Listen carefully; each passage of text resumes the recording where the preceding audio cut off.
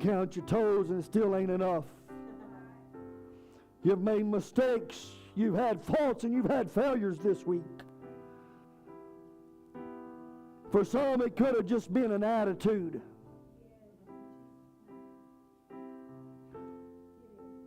For others, it could have been you let it get under your skin and you had to say something. As they always say, you had to give them a piece of your mind, but my warning is be careful. You gave away so much, you ain't got a whole lot left for yourself. You see, today, you've made mistakes, and you've got faults, and you've got failures. It could have been you went somewhere where you didn't belong. You talked to somebody in a way you shouldn't have. Maybe the words, and we've been talking on Sunday night Bible studies about our words, and we're going to talk about that. Do you remember your homework? I asked you to bring scriptures that you know concerning your words. That way you could look them up. You can bring them with us to Bible study tonight, and we can share.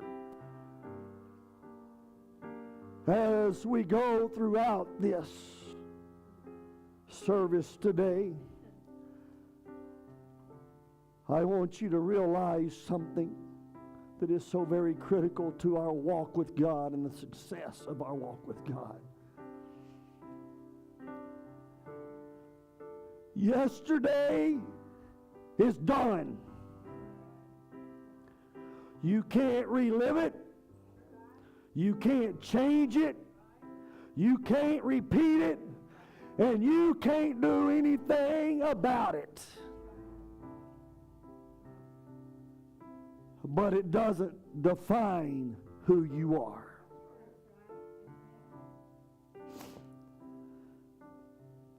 He loves you today. He loves you today. Brother, if you'll pull up the first scripture that I have there on the screen.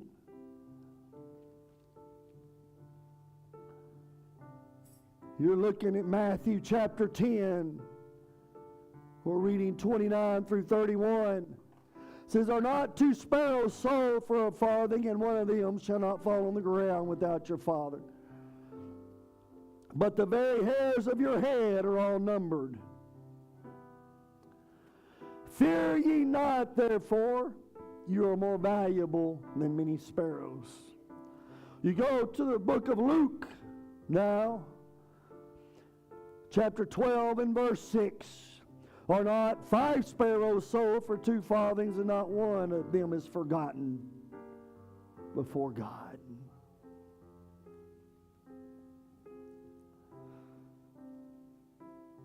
Sister Sellers, we're good. Thank you.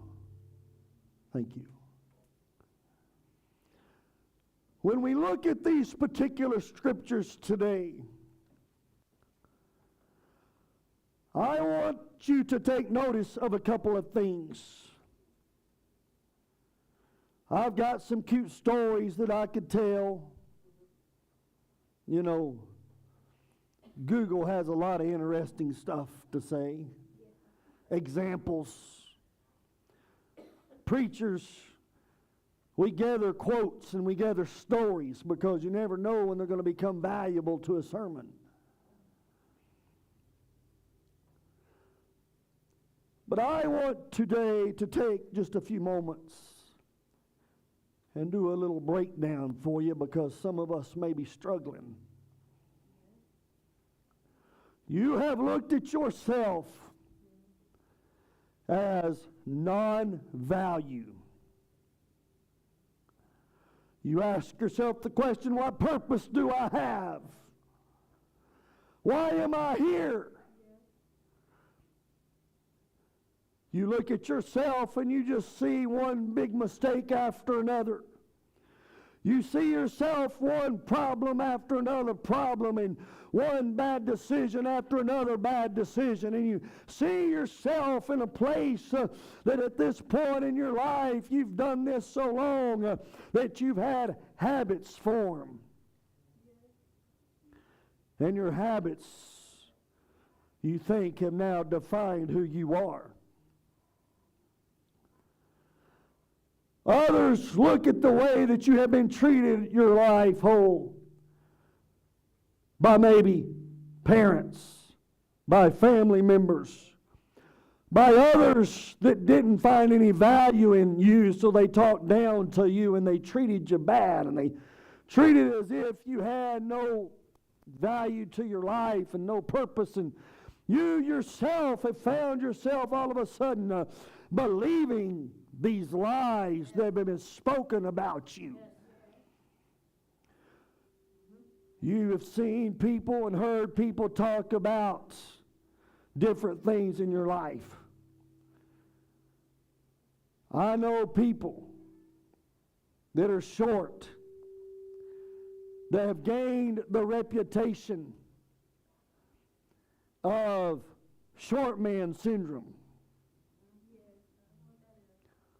Some of you know. And they've allowed that to become their identity and who they are. So they live up to the hype of that. I know some that have been told their whole life, you're just like your daddy, you're just like your grandpa, you're just like them, and they've heard that from so many people. Well, daddy was an alcoholic. Grandpa was an alcoholic. So if I'm just like them, now I'm an alcoholic. And they've carried on the family tradition. There was a song wrote about that many years ago. Some of you know it. And in the midst of that, now that has become their identity, who they associate with. Others have said you're just like your mama. And maybe your mama wasn't just the best person on the block. Some of you had good mamas. I had a good mama, but I knew how to push her buttons. And a lot of times I didn't realize it until I done did it. But I had a good mama. But you see, there's labels that have been placed on you throughout your life. You're mean. How about the one that you've carried that no doubt that is full of lies, is that you're ugly? Do you know God did not create anybody ugly? No. God don't make ugly stuff. You've looked at your handicaps and your disabilities and you've labeled yourself as that, and you've created that as your mindset. This is who I am. All the while forgetting who you really are. You are a child of the King. And if the King himself looks, as we read today in the scriptures, and numbers the hairs on your head, do you know when you're in the shower and you wash your hair and one falls out and goes down the drain of the shower, he knows it. You're brushing your hair. Some of us. And you take the brush away and there's hair in the brush. I know I grew up in a house with sisters and a mama, and I got a wife. You pick up the brush and there's some hair in that brush, is there not? Do you know God knows that? You look at some things today, and you look at different colors of hair. You look at redheads. Do you know that the average redhead has 120,000 strands of hair?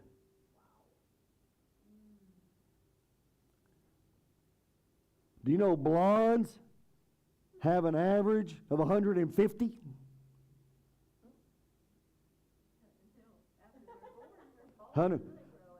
They end up with about 150,000 strands of hair. Do y'all like blonde jokes?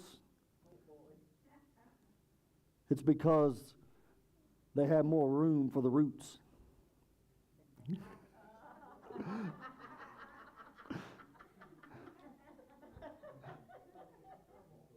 I'm going to get in trouble, yes. Brunettes have an average of 130,000 strands of hair. All jokes aside, though, there is a God that placed those hair on your head. And He says He has them numbered. He has them numbered. You ask yourself, do you have no value? If you had no value, would He care how much hair is on your head? Would He even waste time knowing the number of hairs on your head? You look today at a sparrow. A sparrow back in the day, they sold them in the market. They sold roasted sparrow in the market because there was so many of them, so plentiful, that they would sell 2 for a penny. In Luke, you find out that they sold 5 for 2 pennies. They were a snack food. Before Doritos, there was sparrow. Before, you look today and you see the value of that sparrow on that day. But it says that He even knows every sparrow that falls. And are you not more valuable than that? But yet today you've looked at yesterday and you decided that yesterday defined yesterday's mistakes and yesterday's failures and yesterday's problems are now today's reality. Yesterday doesn't determine who you are today. There is a God that loves you. And He looked at you and He said, you're more valuable than a sparrow. Where some people in this world may not give 2 bits for you, He's saying, I'll give my life for you. Thank you, Jesus. Some people wrote you off as worthless and no good. But He said, I'm still willing to die for you. Some have said, you'll always be this way. But He said, I shed my blood so you didn't have to be. I'm going to take steps to redeem you, deliver you, and set you free and wash your sins away. He loved you that much. Has the one sitting close to you loved you that much? No, because we can't. But He can. And He does. The Scripture says nothing can separate us from the love of God, and height nor depth. Nothing can separate us from the love of God. But it was His love for you and the value He found in you. When He looked ahead in time and He seen you, and He said, that one has value. That one has value. All life has value. You look at people in today's society, the unborn child, though it is a child, They look at it and say it doesn't have value. My inconvenience has more value than the unborn child.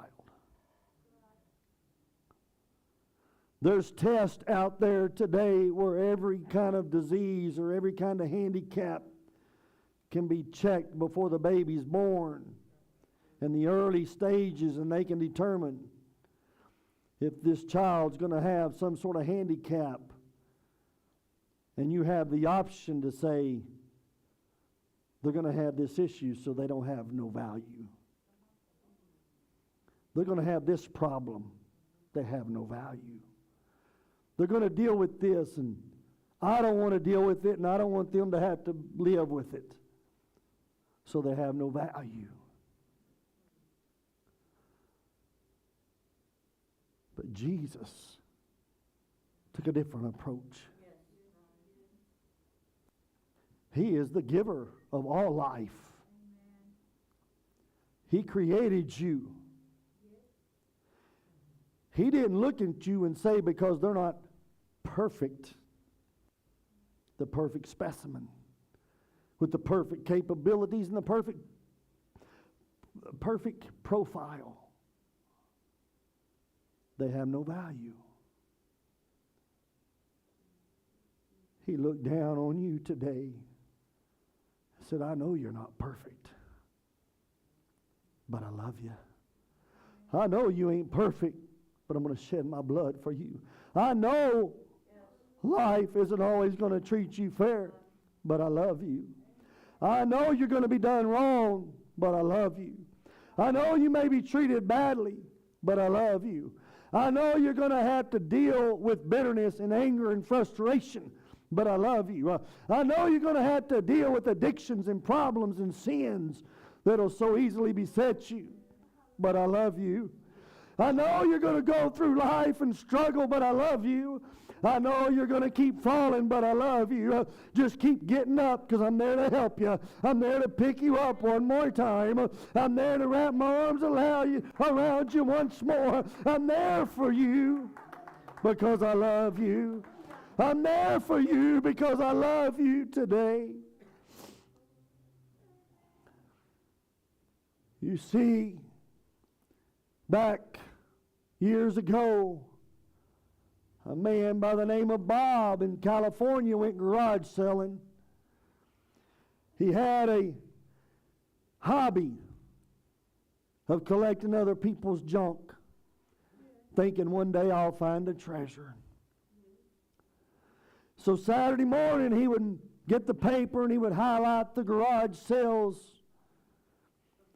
and he would go out every Saturday morning garage selling, buy a few things, and in the midst of that, come home and his wife would get upset because he's spending money on somebody's junk to take space up in the garage. And do you know, reality, that's about what we do. We buy it because it's cheap, but most often we don't need it.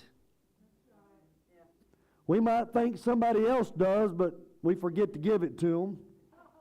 So it piles up in our storage. But he was at a garage sale one Saturday morning, and there was a heap over in the corner that was covered up with some blankets and stuff, and he could tell underneath was a motorcycle.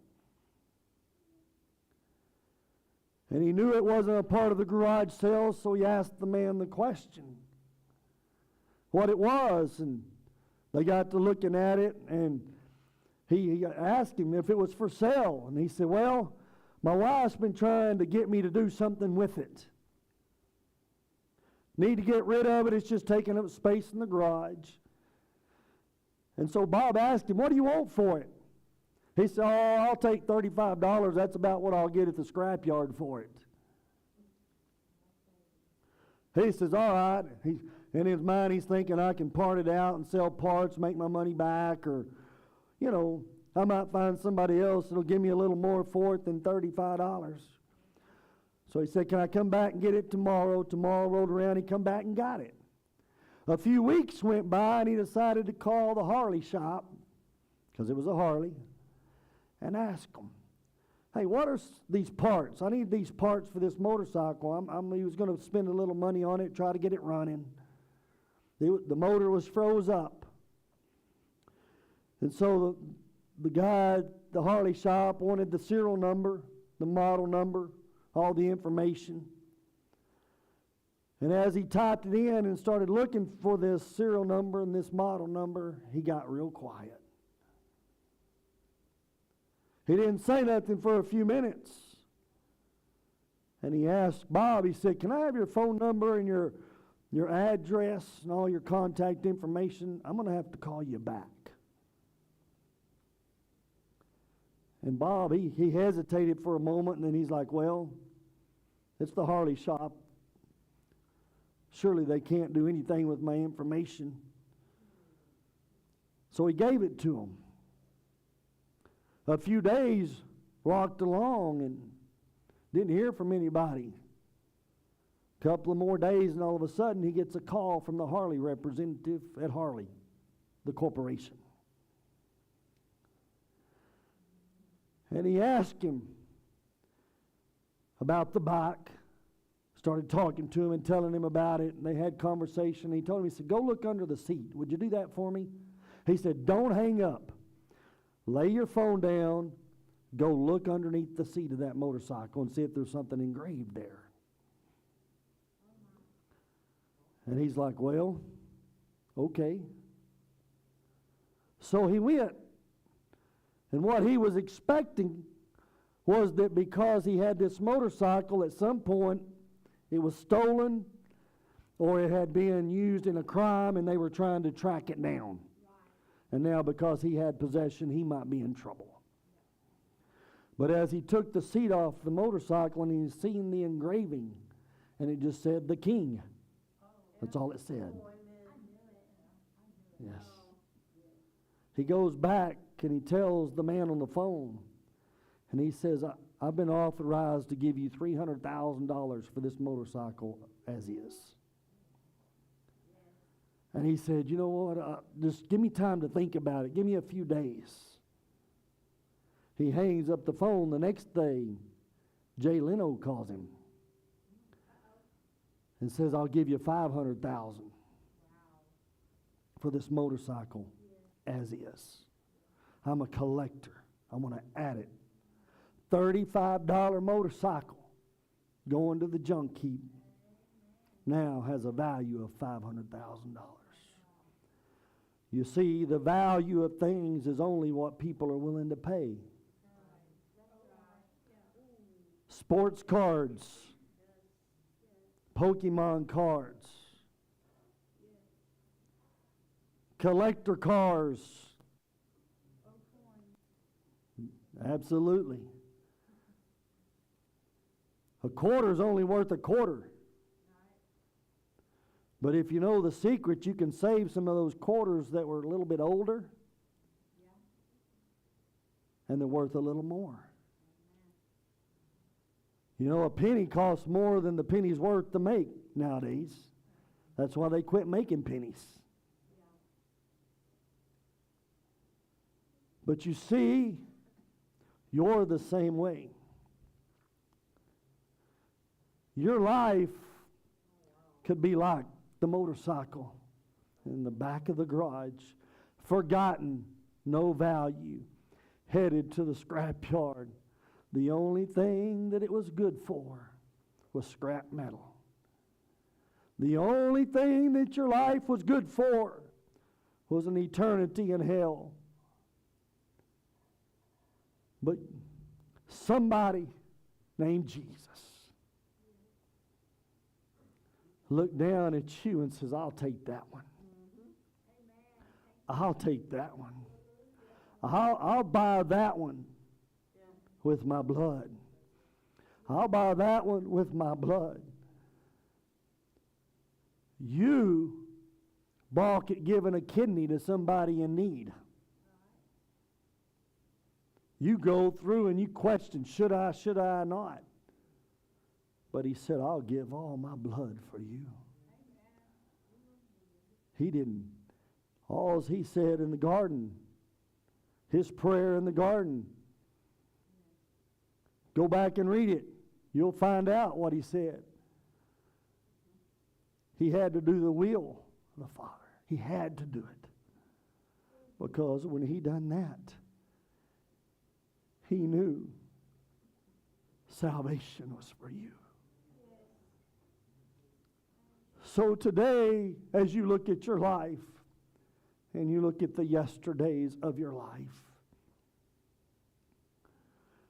we make a big deal over a motorcycle that belonged to Elvis.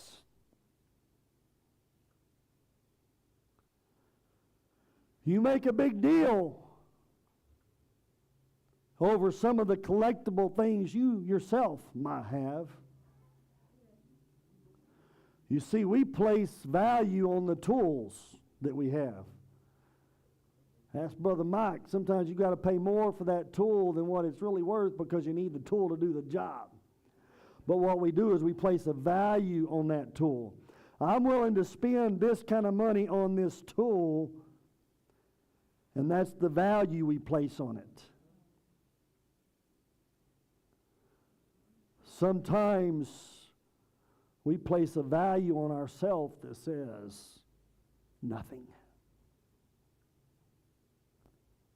It's a 0.00. Or we might say we're worth a plug nickel. How many's heard that term?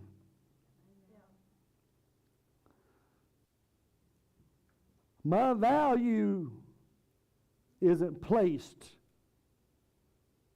on your opinion. Your value of yourself doesn't determine your value. He placed the value on you today when he said, I love you this much. I love you this much. As we stand today,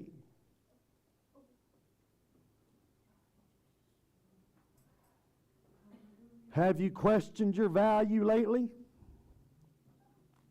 Have you wondered if you're even worth anything anymore? Have you wondered, do I even matter? Is there any benefit in me? Is there anything that God can use? Is there anything of value in my life?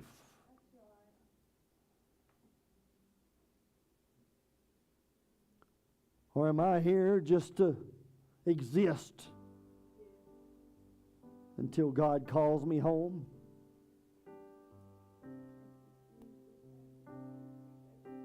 I'm here to tell you, God placed a value on you.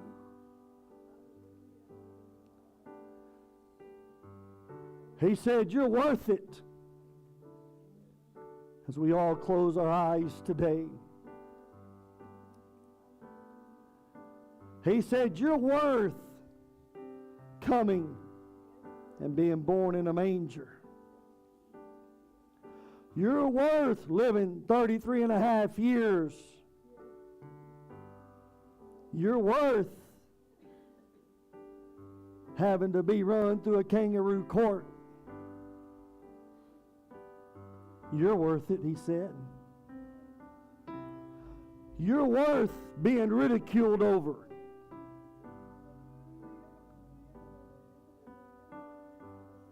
You're worth being spit on for.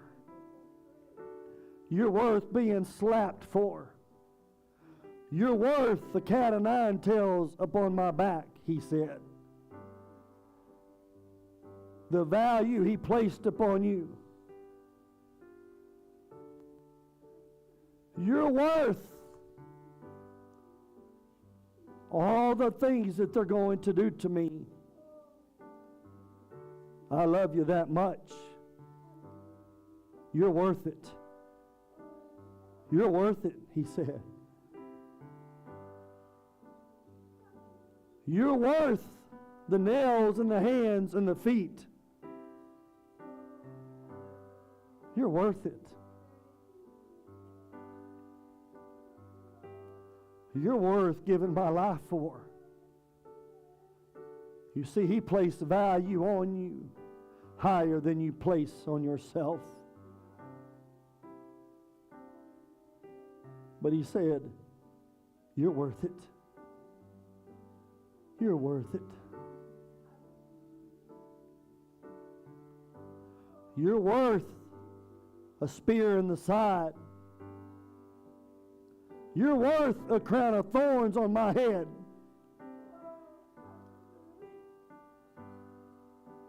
You're worth the vinegar that's being put to my lips. You're worth it. You're worth it. You're worth it today.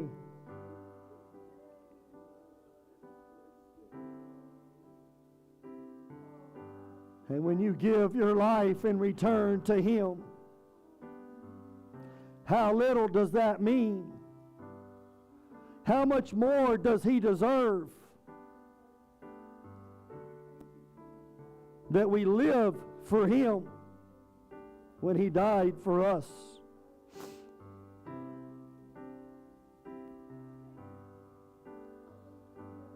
As He's hanging on the cross and the weight of His body is pulling at the nails,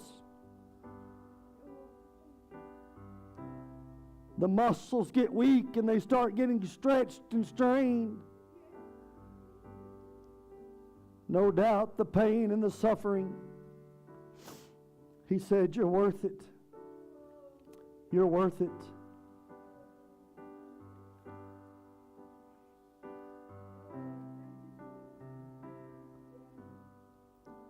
Come on, this altar area is open.